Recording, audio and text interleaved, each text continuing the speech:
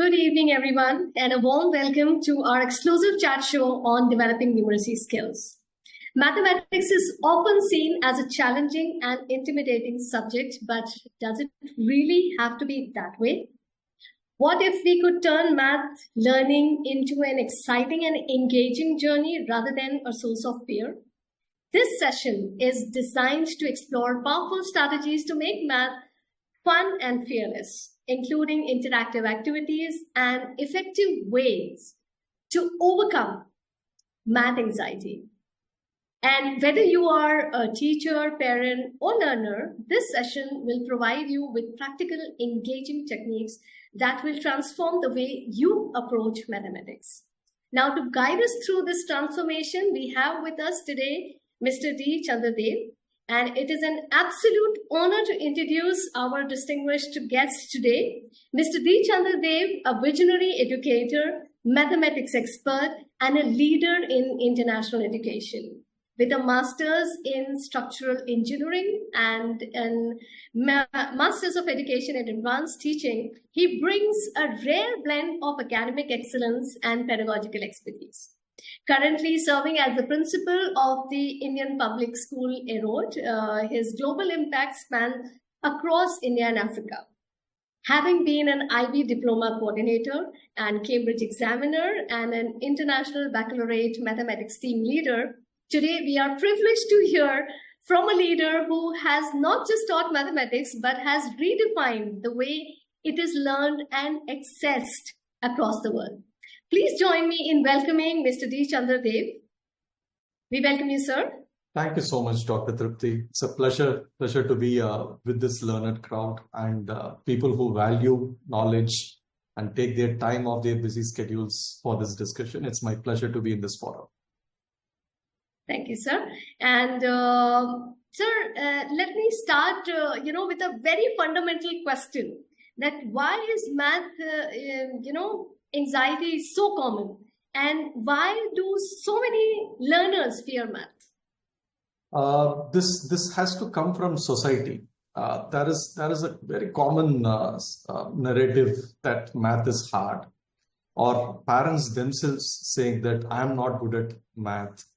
These are the starting blocks which really put down a learner from attempting mathematics. And from a teaching perspective, it is also important that the teacher in the classroom creates a love for mathematics. I always believe a learner gets attracted to a subject through the teacher.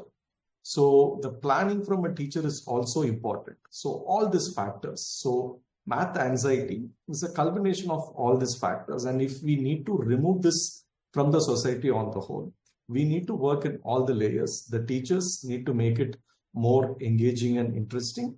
Parents need to develop a mindset where learners have a feeling that it's fine to fail. Mistakes are a path to success, and it's fine to fail. And the society on the whole needs to look at mathematics as a part of every major area rather than a standalone subject. That makes so much sense, sir. And that leads me to my next question, that how does rote learning contribute to math anxiety? Rote learning is, in fact, a major detriment to math learning because it stops a learner's engagement at a surface level without understanding the underlying concepts. And what makes someone into a true mathematician is the understanding and application of skills. Whereas rote learning stops a learner just at the surface level. I have seen learners memorizing questions involving differential equation, not understanding what it means and where it is solving a problem. So when these learners become professionals who need to go on ground and solve problems, then it becomes really difficult. So across, right from early years to primary to middle school to secondary school, teachers and schools need to ensure that there is deep learning of mathematics happening, rather than having a set curriculum, putting a time bound on the mathematics teacher to say that you complete this portion by this time. We need to create schools which value math learning and which respect teachers who promote deep learning of mathematics. Great, sir. Which says that, yes, the teachers should have that powerful tool for meeting the diverse students' need, basically. So that actually, brings in another question when we talk about the diverse students' need or the diverse learners' need. How differentiated instruction is often emphasized in education, and especially in math, where students have diverse learning styles and abilities. And could you please share an example of differentiated instruction in a math classroom and how teachers can encourage differentiated learning to make the classroom more engaging? Differentiated instruction is a key aspect of effective mathematics teaching here. And it starts from a pre-planning stage. Planning as a teacher, before we even start a class or start engaging a class, the first and foremost tool is a diagnostic assessment. A teacher needs to understand their learning cohort. When they have a diagnostic assessment, they'll be having an understanding of the various levels of the knowledge, skill, and application abilities of their learners. The next is, once they administer the diagnostic assessment, you can profile your learners into whether someone is purely an audio learner, someone is a visual learner, someone is a kinesthetic learner. And based on this, the teacher can plan the differentiated instructions. Now, to share from my experience, once I have a diagnostic assessment, once I have a clear-cut understanding of what my class is going to be, I normally start my sessions, if there is a particular unit that we are going to explore together as a class. I start with a guiding worksheet with various level of difficulties of challenges. I don't call it a difficult problem or easy problem. I just categorize them into section A, B, C. And it has all those sections. And before even I start, nowadays, most of the teachers, we have learners who are in either a Google Meet group or a Microsoft Teams group. We can use flip teaching. There are multiple web resources of the topics that we are going to discuss in class, wherein we can share a interesting activity or an interesting lesson as to what is going to be discussed, so that learners need not explore a topic right in the class. They can even give a pre-reading and come to class. Once all this is done, we can encourage a bit of flip teaching. And while teaching, I would suggest math teachers to have a smart planning of their class. When I say smart, I'll break that SMART. Signing in is the S, wherein you start your class with a thought-provoking question. Now, say, for example, a topic like logarithms. Now, you will ask, in this day of artificial intelligence, why do someone need to learn logarithms? And even learners will come to think, sir, I have Grok, I have ChatGPT. Why on this world to start logarithms? That's where we start the class with asking, without even writing the topic logarithms, we can start with a discussion on earthquakes. We'll ask them, what number was it used to describe an earthquake? Then slowly learners will come. We will get the term Richter scale. Then the number mathematics comes. Why do you say 6, 7 in a Richter scale? What is the intensity of a 6 or a 7? Then slowly we unwrap to the power of 10. That if it is a Richter scale of 5, something of intensity 10, a Richter scale of 6 becomes, the 10 becomes 100 to the power increasing. Then we unravel it. The learners are hooked because they would have surely read about earthquakes everywhere in the world. In India, you can connect. And then we take them to the topic. They understand the relevance, which is the S, signing in. The next M starts for the mapping. You need to map, the learners need to understand what they're going to learn in the class. So in a corner or somewhere, you just say that, look, in this class, we are going to learn these skills, so that the learner has a clear-cut goal. The next 40 minutes, my teacher is going to explore all these areas. Next comes the A, application. When we come to application, for an effective mathematics class, it is not just a teacher being a sage on the stage. For the learners to effectively understand what they are going to explore in that particular topic, even a seating arrangement in class is very important. I normally detest a regimental seating arrangement in a class where if you could recollect a typical examination scenario, rows and rows of learners sitting in a class looking at a lecture. Let us change that way of looking at a mathematics class. Let us have a collaborative seating pattern wherein we pair up learners in groups of 3 or 4 and we give them a set essential agreements that this is going to be a learning group. Any doubt which comes from this group, one among the group member tries to solve before asking the teacher. In this manner, you will empower the group wherein they will take pride in teaching one another. And take my word, learners are the best teachers because someone who has struggled a lot to identify a topic will easily teach it to the next learner. And as a teacher, this gives you time to go around the class to see which group is working. So we have seen signing, interesting questions, mapping what we are going to do, application, we are going to teach what we are told we are going to teach and we explore it in the class. The next two comes R and T. R is review. It's not about covering a topic, but reviewing a topic, what we have taught. And once in the review, the final is the T or the test. So a very short exit assessment wherein you have a small question wherein everyone in the class, if they are able to solve it in a particular time, because we have spent quite amount of time exploring the topic.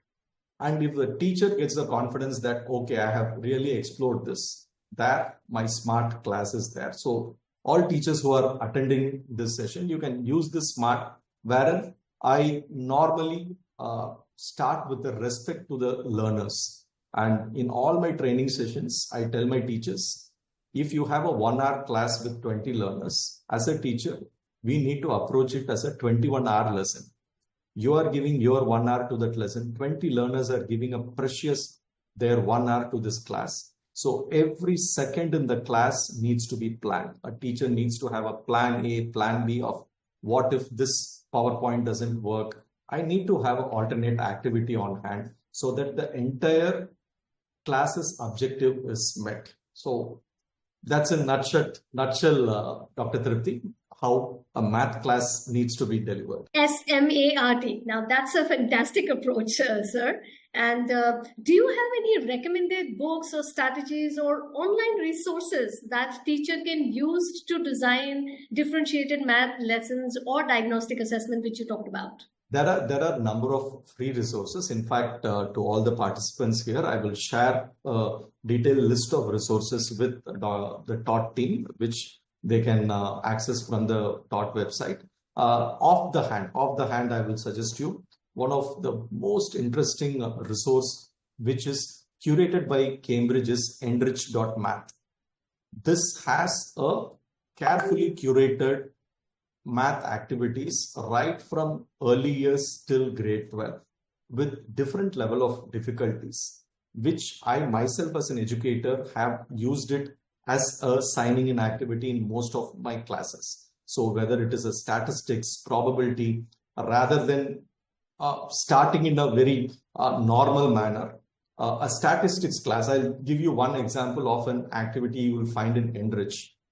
You will find that the starting activity is you explain learners of statistics mean, median, mode.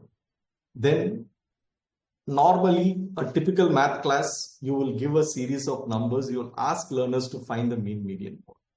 But Enrich, you have a very interesting activity which turns it all over again, wherein you just explain the concept.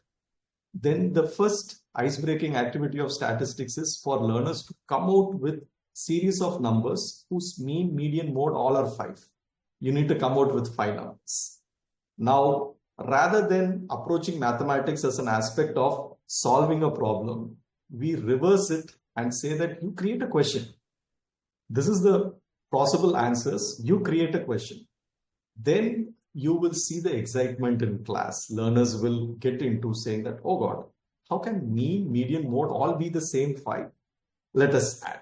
And here comes the most interesting area in Cambridge mathematics education of low ceiling, high achievement. So once I push learners into this, once everyone comes with certain sets of numbers, then I push for a high achievement saying that, okay, mean median mode is 5. What if I add another challenge saying that the range of the data is also 5?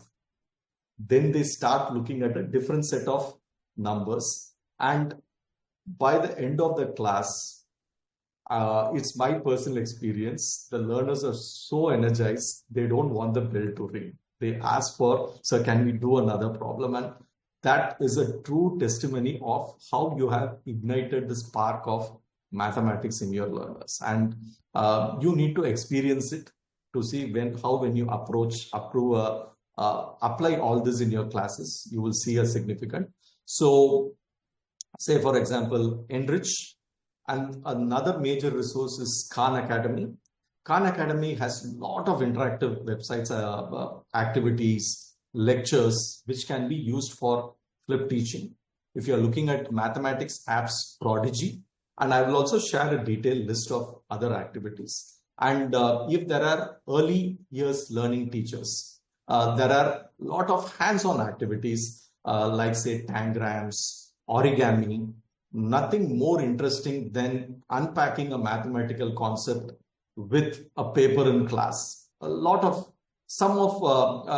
Even though I teach in international schools, as a part of our service initiatives, we go to remote villages, tribal schools, where other than a blackboard or a piece of paper, the math teacher will not have any further resources. But there we train those local teachers there, the power of tangrams, origami, how using a sheet of paper, you can really teach a very, very complex areas of mathematics, or even break out the fear of algebra. A simple, what is the x, what is the unknown, what is a coefficient of an equation, coefficient of a variable, how you can unpack all this. So there are a lot of tools, Dr. Tripti, which teachers have at their disposal, which I will share at the end of this session.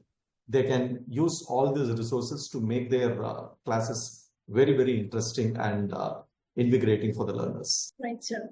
So audience, if you have any question for Mr. Chander Dev, please drop them in the chat and we'll try to take as many as possible. And very well said, sir. Low ceiling, high achievement. That's a keyword to stir excitement among learners and of course educators as well. Now, sir, many students, I would say learners, perceive math as difficult and boring. How can teachers make math more engaging and connected to real life experiences to increase, learners' interests? One of the key ways, not only as a mathematics teacher, but as a school. Now, say, for example, here in our school, we have a separate branch called as financial literacy. Now, financial literacy is not only about economics or business, it's core mathematics. When you learn percentages, it is just percentage. But when you learn it from a finance perspective, they understand. Similarly, mathematics need to be linked to every major area of life. Someone wants to become a chef, you need to know mathematics because there are proportions of ingredients which makes a good dish. Someone wants to be a musician, you need to understand the basic rhythm pattern. Everywhere there is mathematics, engineering, agriculture, any area someone wants to explore. If a math teacher is able to unpack the relevance of the concept that they deal in the class to the application in real life, that will bring in the learners into it rather than a plain boring text of, okay, this is the problem, let us solve. And rather than giving the context of the area where this mathematics that we are unpacking in class is going to solve some real world problem, then the learners are automatically involved with you in the class, and it becomes one exploration after another. And this generation is so much into, say, games wherein you have various levels. A mathematics teacher can unpack the class into various levels, and that really will get the learners into the deep learning, whatever be their ability. I as a teacher, I never see everyone in my class scoring 100% as my benchmark. Someone in the diagnostic assessment scoring a 10%. By the end of the year, if they come to 60, that is a huge 500% improvement for me as a teacher. And that's where I look at the success. So at the individual success of where they were at the beginning to where they are at the end, and how as a teacher, I connect with every individual in the class and differentiate my instructions such that they achieve their personal best. That should be the goal of a mathematics educator. Yes, sir. And I truly agree that mathematics is the king of all sciences and queen of all arts. And mathematics is required everywhere. Now, one of the key aspects of teaching and learning is giving and receiving feedback. However, feedback can either motivate or discourage learners depending on how it is delivered. Now, could you share your insight on how teachers can provide constructive feedback to students, especially in math, to help them improve without feeling discouraged? Very, very interesting point, Dr. Tripti. The essential agreement that a math teacher need to set up in a class, first and foremost, is mistakes are welcome in this class. The moment a child feels happy that he has tried something, but that might not be the right answer. So the first and foremost I set as a math teacher is no question is a wrong question. No question is an inappropriate question, because we are all unpacking a theme. So that's first and foremost. An open environment in the class is very, very important, wherein the learners feel comfortable asking questions. Now, once they ask questions, the next aspect comes with respect to the feedback. Now, feedback can be unpacked at multiple levels. You asked about teacher feedback. I am linking to my strategy of collaborative learning.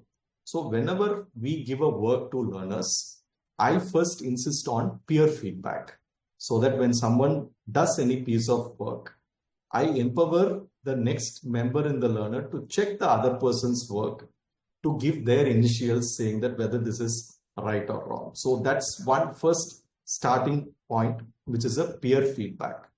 Then the next important thing is whenever we get a learner to write an assessment, after the assessment is over, we have marked it, or at the end of the assessment, we plan a short 3 to 5 minutes.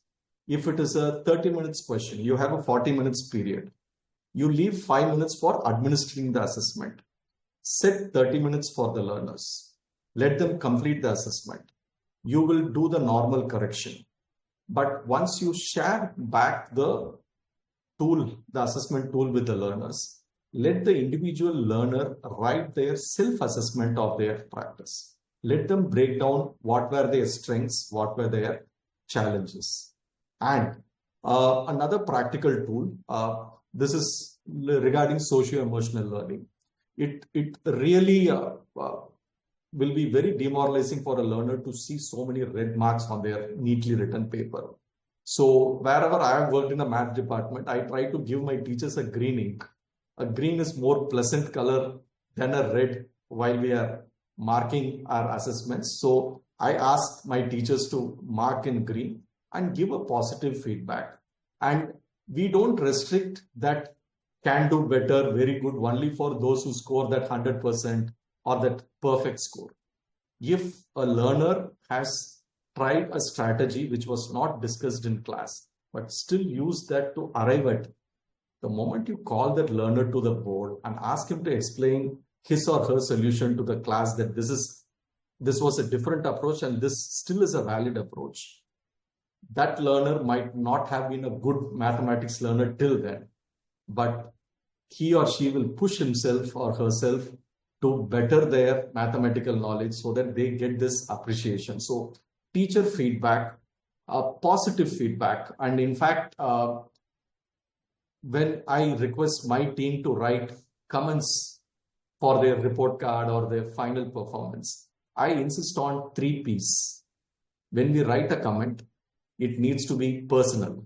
You need to write something unique about the learner, for which as a teacher, you need to take the anecdotal record of that particular learner, what you know about that person. Second is positive. The learner would have surely contributed something positive in the term that you have taught them. And the third P is progressive. Wherever they are, there is always the next milestone that they can achieve. And that progressive comment, the teacher also adds in where they can be part of their progress. So once the learner in class and in the comment also sees that you don't leave it with can do better, those phrases, you write proper sentences wherein the teacher shows that they have observed the learner, they are giving a comment which is personal, positive, and progressive. Automatically, the learner will give it back with their hard work and better performance in all the future assessments. So, teacher feedback, if I want 3 P's for you to remember, it is personal, positive, and progress. Now, this method, of course, acknowledges the student's strength, and I would say that it keeps learners motivated and help them see mistakes as learning opportunities rather than failures. Yes. And of course, mistakes are welcome. That statement itself, boosts a child with a lot of confidence, and they get self-motivated basically. Yes, very well said, sir. So yes, that's a great approach, I would say. Now, are there any strategies or best practices that teachers can follow to ensure their feedback is always constructive and motivating? Like, is there anything which they can do, or something which, like one strategies you shared, is there anything else apart from this which can help them basically? With regards to feedback, the first and foremost, of course, is what we write. Yes. What we write in the answer sheet or their work which they submit. The next is the personal connect. If you find someone not performing to the potential, again, this is human psychology management. The moment you put down a learner in front of an entire class that you're not getting this, you are not doing well, then their psyche on mathematics and overall their self-worth goes down. So again, I say praise in public, whereas correct in private. So if you see a learner not coming up to the potential of the class, there is no point in saying that you please stand up, you go to that corner, you are not solving. That will never work with the learner. You are not going to transform that learner into a good mathematician. But as a teacher, once you show that respect to the learner, saying that, look, you have not got this concept, perfectly fine. Can you meet me after class? I will try to explain this to you. The moment we extend this respect and love to the learner, they will come back to you manifold with their effort of showing an improvement to you in the class as well as in all the future assessments that you perform. So again, socio-emotional learning plays a very important role for every mathematics teacher. Once you start respecting the learner, they give you back a lot. So as a teacher, again, coming from an overall classroom management perspective, I believe every teacher is like a potter and a learner is like a clay on that rotating wheel. Our classroom is that rotating wheel. You normally, if you use one hand and press on that clay, nothing will happen to that. It will never become a pot. And we tell them that you use 2 hands to melt the clay. So for a mathematics teacher or any subject teacher, I say the 2 arms are, one is love. Once the learner knows the teacher loves the subject, the teacher loves the learner in the class. The second arm is discipline. You can't leave everything open and wish that good learning is going to happen in class. As a teacher, we need to know where to draw our line and ensure that there is discipline without sounding too much that I am a disciplinarian. That's where the planning aspect comes. So once the love and discipline happens, automatically the learner performance is going to improve in that mathematics class. Yes, sir. So that's fantastic. And now we have all heard that math can be fun. We just have to see it from different perspective. And so what are some of the most engaging math activities that teachers or educators and parents can use to build, their children's cognition and inculcate love for math? If you talk from a parent's point of view, the first and foremost activity that parents of, say, even from a grade 7 onwards, they can involve learners in the budgeting of the house. Second, when they take them to shopping, they can ask the learners to check the bill and ask them whether the counting is correct. there is a bit of percentage there. Now in India, you have state GST, central GST, whether that calculation is right. So for parents, that's one. Second, every family, rather than having dinner together, I would suggest need to cook together with the younger one in the family. So that you bring in a lot of proportions. You can easily teach fractions in the kitchen. And being a woman, you know the number of ingredients which come and what makes a successful dish. I, as an educational leader, believe every learner, irrespective of the gender, needs to know how to cook and needs to know how to swim. These are essential life skills. Even if I leave you on an island, you will survive because you know to cook, you know to swim.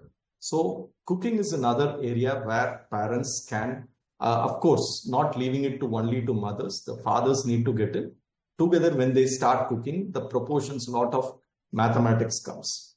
And once we travel, I normally, most of the mathematics teachers in the group would have heard this story about Ramanujan. When mathematician Ramanujan was in deathbed, how his mentor came to just to give him a moral boost, told Ramanujan, I came in a taxi which was very odd number, 1729, he told. Even in his deathbed, Ramanujan told, sir, that is only number which can be expressed as sum of two cubes and two squares. He gave that number. So while you are traveling in a car or others, look at the numbers in front. Engage in simple number play with children, wherein you can ask them to add all the 4 digits in the number there if it is a elementary learner. Or if something is coming over, there might be a traffic signal. You will see, once you're going up a hill, you will see a traffic sign which says gradient. You need not learn gradient in a math class. You will learn gradient when you are going into a travel. So as far as possible, when we subtly try to bring in mathematics into day-to-day life, learners will see that mathematics is not a subject that they study in school. It is part of their life. So more than being a math teacher, every math teacher needs to be a mathematician who brings in that love of mathematics to the class. Similarly, parents, with all their own individual inhibitions, for the next generation, if we need to build this mathematical ability as a core, we need to see where we can bring mathematics into the day-to-day life. Simple questions, just ponder why this is happening, why this can't be, what are those numbers, percentages. Once learners become very sharp in percentages, they might not study all your differential equation or calculus, but in future, if they are business people, what do two negotiating business people talk at the end of the day? If you're talking about crores in a contract, we all negotiate, end up saying that 10% and 5%. So that basic percentage, what we learn in third and fourth, if it is clear, someone will be very good in negotiations. So all this multiple areas in practical life, engineering term or others, that's where how parents can really engage their children in mathematics. Great, sir. And before we wrap up, sir, what are your favorite golden steps for developing numeracy skills? First and foremost, the mindset that math is something that everyone is capable of mastering. So once that mindset is done, the next is creating a conducive environment. As I told, mistakes are welcome and they are the part of the learning process. So once we get into this, next, teachers, rather than exploring a topic, need to bring in a context that where this particular concept will be applicable in the real life. Once the learners understand the relevance of what they are learning, then we unpack the concept in the class. They will be in the right mindset to grasp all the content. And then as a math teacher, we need to use the concepts of differentiation, understand our learners' learning aptitude, whether they are kinesthetic learners, audio learners, or visual learners, and then create tasks which challenges them to push to the next level. So these are few strategies in which you can develop the numeracy skills of the learners. Basically, they need to be happy in playing with numbers. So one last strategy, when I say signing in of my smart, I use a concept called as brain gym in my math class. So this brain gym is most of the math teachers or any teacher will say that, sir, please don't give me this class after lunch. Children are already having lunch, and the post-lunch heavy sugar, everyone will be drowsy and you can't teach. So that's where we use this concept of brain gym, where we use this energizer, small short puzzle, following the concept of low ceiling, high achievement, wherein we start with this question, say that you have 1 minute to solve this puzzle. Now, once learners start that puzzle, they all will be energized in a minute, and you also explain. Now, in this way, you start training learners in a variety of questions, and you also are going to get their complete attention at any point of the day. So as math teachers, they normally fight, sir, please allocate the first 2 periods of the day or the first 3 periods of the day. That's when I get my learners fresh. Once you use this concept of brain gym, I've already shared you sites like Enrich. There are multiple sources where you can get this short, interesting puzzles based on the topic that you're teaching. Once learners are drawn into that, they are able to attack something, then they are going to develop their numeracy skills. Then math becomes a part of them. They really enjoy it. Then you will reach a stage where you need to pull that sheet out of their hand. I've seen it in multiple classes. They refuse to leave the math class because they've started a problem. They don't want to leave it midway because the bell has rang. That's the extent to which you can really energize the learners in your class. Right. So we have many questions coming from the audience also. I'll just take one due to paucity of time. So the question says that how can teachers effectively balance game-based learning activities with the demand of a lengthy syllabus, ensuring both engagement and comprehensive coverage of required content? I've just now shared the brain gym. So the game-based learning, they can be a good energizer and a starting activity. And as a teacher, if you are planned, if you have the right resource and tools, the game-based activities can be the post-class activity, wherein rather than you giving a homework, there are apps like Prodigy and so many others, wherein you can guide learners to use those technology tools to reinforce their learning outside class, and in class you can use it for core problem solving and use technology effectively in the class in introducing them to the problem. And your physical presence in the class is very important for you to unpack the various layers of the problem solving. That's very important. So that's how you use gamification. Mostly it's post the class. If it is within the class, use it as a signing in activity. And there are sometimes gamification wherein you don't need a technology tool. Say, for example, a senior teacher, if you're teaching probability, there is this famous Monty Hall problem, which we would have all participated in game shows wherein there are 3 doors. 1 door, 2 doors will have a goat, 1 door will have a car, and they play. Rather than leaving the learners to play it outside the classroom, you can have a gamification of the real Monty Hall in the classroom, wherein you explain, you unpack the responses, then you break it down. So it is topic dependent and the age appropriate games that you choose. The moment you use this appropriately, it will have immense benefits in your teaching learning process. Thank you, sir, for addressing that. And now for those of you looking for recommended books, strategies, and online resources to design your differentiated math lessons, we have a great news. Of course, sir has curated a collection of valuable materials and including links to high quality resources and model lesson plans and expert strategies. So to access these exclusive insights, we invite you to visit our Teachers of Tomorrow platform, an interactive forum created especially for educators like you.